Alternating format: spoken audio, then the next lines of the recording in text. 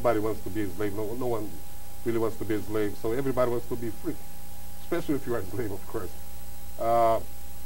So I have here Tahas'sana. My friend Tahas'sana, how are you? All right, bro. Appreciate you bringing me back on again. So we on again. Yeah. We're going to talk a little bit about the history. And I'm not going to be shy in saying the things that I'm going to be saying. So what you have to say for us today, particularly about especially about the Black History Month? Okay, in dealing with Black History Month, we're going to talk about people of African ancestry throughout the world, achievements. Now, I know in New York, so far as I see, this program here is a historical making program. I know you're going to be modest about it, but right now... On which way you're saying that? Okay, I traveled through Europe, I traveled to Spain, I traveled to Portugal, I traveled to Holland, I traveled to France, I traveled to London. That's right. Okay. In Central and South America, Brazil, Mexico, Uruguay, Paraguay, Argentina, and Chile. Amongst the blacks in South America, I might be wrong, but I find you, who also is a traveler, a musician, but a traveler and a historian, whether you want to admit it or not. I have yet to see people of African ancestry in Central and South America reach the levels that you have reached. Now, I know you're modest, and you might say, oh, don't bring that up, but we're creating history, whether you're aware of it or not. I'm aware that I've been trying to create, but it's not just the fact of creating history. One try desperately to do for oneself, especially after reaching a certain age, Yeah. which we're not getting any younger. True. But beside of, well, I know I still want to achieve a lot, so I don't have that many achievements that I can really... You can't see it, but those of us who are outside of the Brazilian community, watching you, the things that you're doing, you might not willfully go out and do these things, but these things fall in your possession. You, from the time that we met, you've been doing historical things.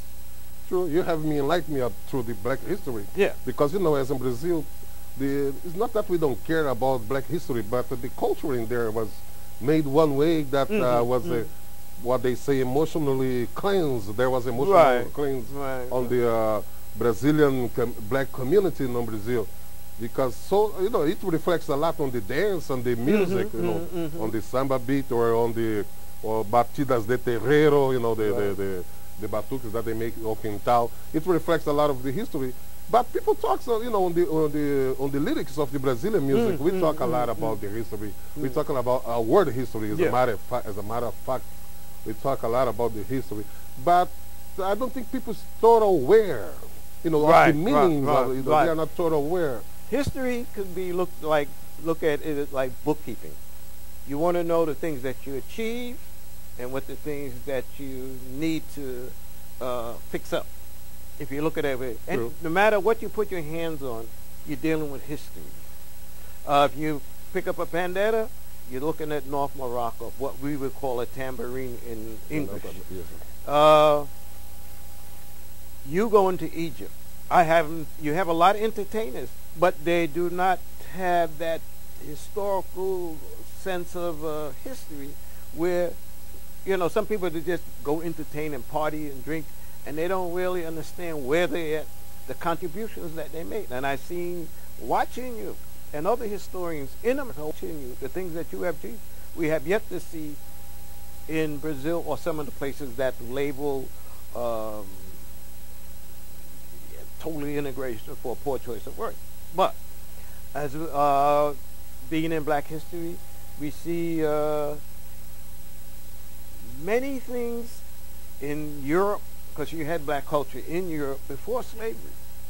You had in England and in France and Germany. You'd be surprised.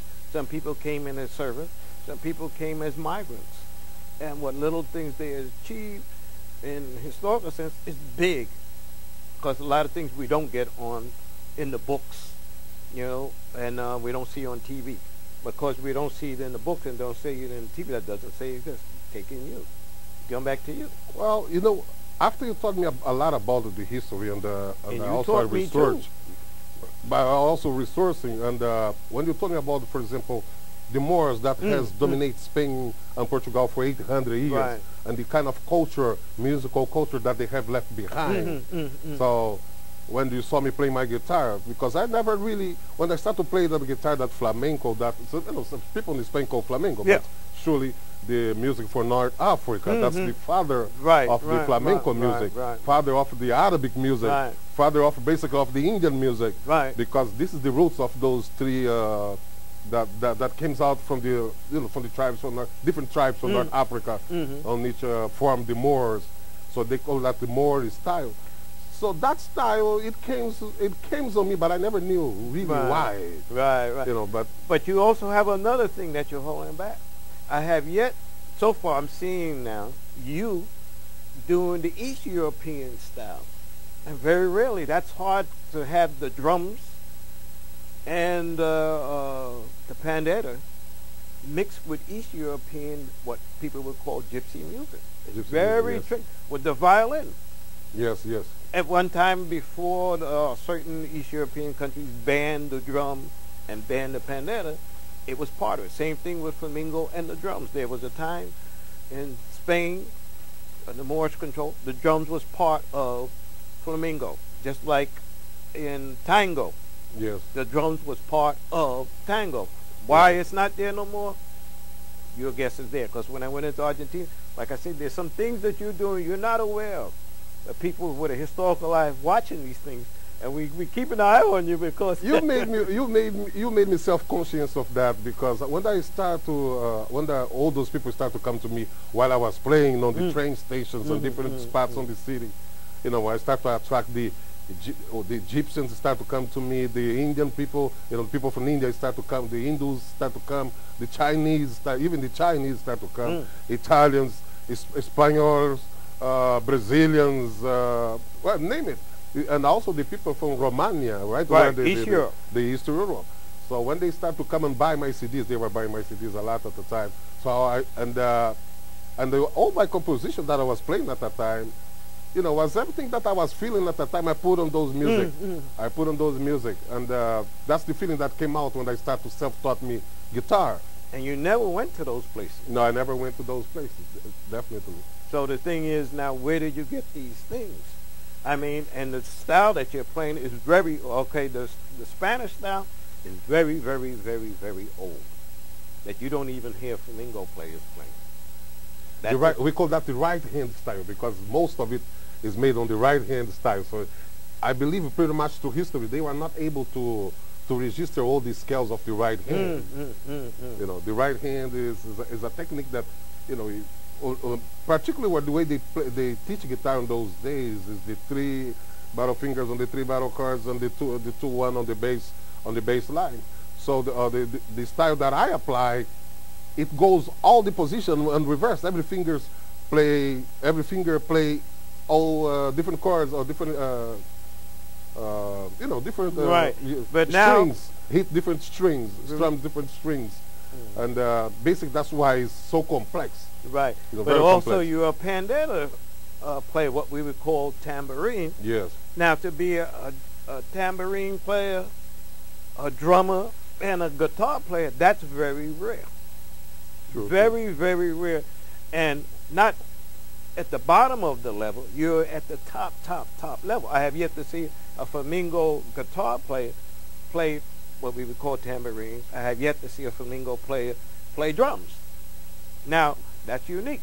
That's historical making. I know you're I hear modest. what point of the history you're talking about. But the curious thing is, the East Europe